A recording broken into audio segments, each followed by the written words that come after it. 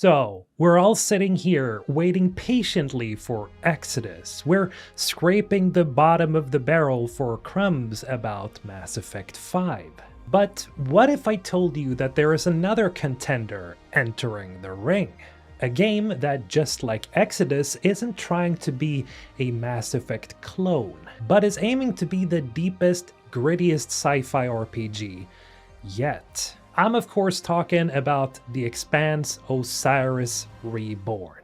Now, if you haven't heard of this, I don't blame you. It's been flying under the radar for a lot of people, but the studio behind it, well, they are absolute heavyweights in the RPG space. And from what we know so far, this game is looking like it's going to combine the action of Mass Effect with the insane role-playing depth of something like Baldur's Gate 3. So today we're gonna break down everything that we currently know about the Expanse Osiris Reborn. But before we blast off, if you enjoy this kind of deep dive content, then why don't you head on over to Patreon? For only $5 a month you get exclusive content and you help keep the lights on. Link is down in the pinned comment below. First things first, who is making the Expanse Osiris Reborn? Well, Owlcat Games. Wow. Now, if you're an RPG nerd like me, that name probably just sent a shiver down your spine. These are the maniacs behind Pathfinder Kingmaker, Wrath of the Righteous, and Warhammer 40k Rogue Trader. These guys don't make simple little games. They make massive, complex, 100-hour epics where every choice matters. But here's a little twist. They're actually stepping out of their comfort zone because Osiris Reborn is not a CRPG. It's a cinematic single-player action RPG. And that probably sounds like something you've played before. Of course, Mass Effect. Basically, they're coming for BioWare's crown.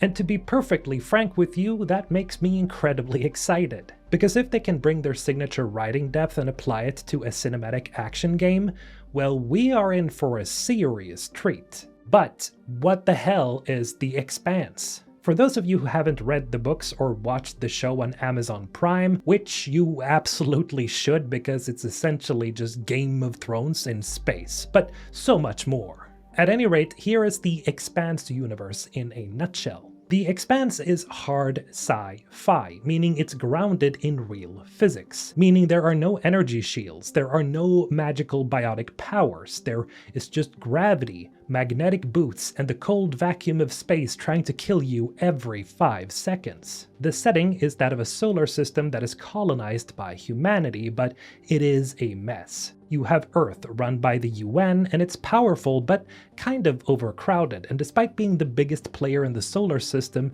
it's kind of a dump.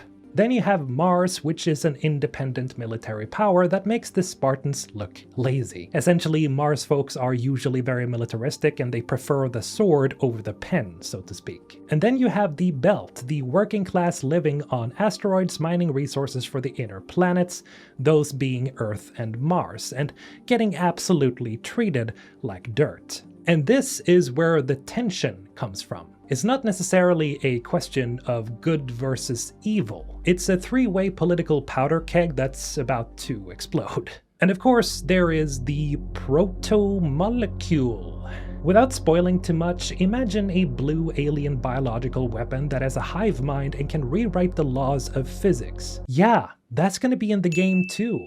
Now, the game takes place roughly between Season 1 and Season 4 of the show, but, and this is important, you are not playing as Holden or any of the other characters in the show. You are playing a completely new character, a captain of a salvage ship trying to make a name for themselves in the chaos. Now, Owlcat has made it very clear that this is your story. Thankfully, it's not just a linear ride along the rails of the TV show. It's truly about choice and consequence. You are going to be making a lot of tough calls, like who do you side with? Which faction do you piss off? Do you save the colony or secure the payload? Speaking of choices, let's talk about building your character. We know that there is a full character creator. You can choose to be an Earther, a Martian, or a Belter, and the background you choose actually matters. In the Expanse, growing up in low gravity changes your physiology. Belters, for example, are taller, thinner, and their bones are weaker, while Martians are stronger because of their military training. The devs have confirmed that your background will affect you. Things like your stats, your dialogue options, and how the world reacts to you. And then we have the twin mechanic. You see, when you create your character, the game will generate an identical twin for you. And interestingly, this twin is a fully voiced, fully interactable companion. A companion that is going to be central to the story. Well, I'll be damned. So right off the bat, the stakes are pretty personal, because you're going to be dealing with your family drama while Earth, Mars, and the Belt is burning. Now, if you're a fan of the Mass Effect games, it seems you are going to feel right at home. You have your ship, which is your central hub. This is where you upgrade your gear, you talk to your crew, and you decide where to go next. Now, it's all mission-based, so not fully open world. You pick a destination on the star map, that being Ganymede, Luna, Earth, or somewhere else, and you fly there to do the job. And when you land, well, that's where the hard sci-fi kicks in. It's a cover shooter, sure, but remember, zero gravity. There will be sections where you are fighting while floating in the void, using magnetic boots or mag boots to walk on walls and ceilings. Grenades have little thrusters on them so they can fly in a straight line in 0G. Cover is destructible, and flanking will be absolutely lethal.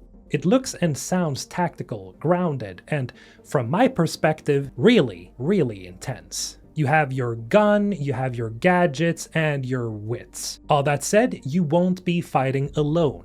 As this is a party-based RPG, you will have 2 companions with you on missions for a total squad size of 3. Now, we've seen a few companions revealed already. There's Zafar, a Martian engineer who looks like he's seen some serious stuff, and then there's Michael, who's an Earther military veteran, and again, these are just a few of the companions you will encounter. Now, the official poster for the game showcases at least 4 other characters we haven't seen yet, so let's just say that there is a lot more to be revealed. And yes, romance is confirmed. You will be breaking a lot of hearts and presumably beds across the solar system. Now, this all sounds amazing, doesn't it? So what's the catch? Well, the catch is the wait. Most industry insiders are predicting a release date of 2027 at the earliest. We don't have a firm date, and we don't have news on early access yet, although if you bought the Miller's Pack or the Collector's Edition, you will get into the beta early. But even with the long wait, I think this is a game you should keep your eyes on. And thankfully, it's not just going to be a straight-up adaptation of the TV show. And so to me, this could be the chance to live in one of the greatest sci-fi universes ever made. But of course, I want to know what you guys think. And more importantly, I need to know, are you gonna be playing as a Martian, an Earther, or a Belter? Let me know in the comments below, and thank you to all of my wonderful Patreon supporters, Azanator, Spectre Forever, Zaramoth, Kaspar Surna, Jennifer McPhail, Vadim Orlov, and every other Patreon. I'll see you guys in the next one. This has been Mr. Holton, signing off.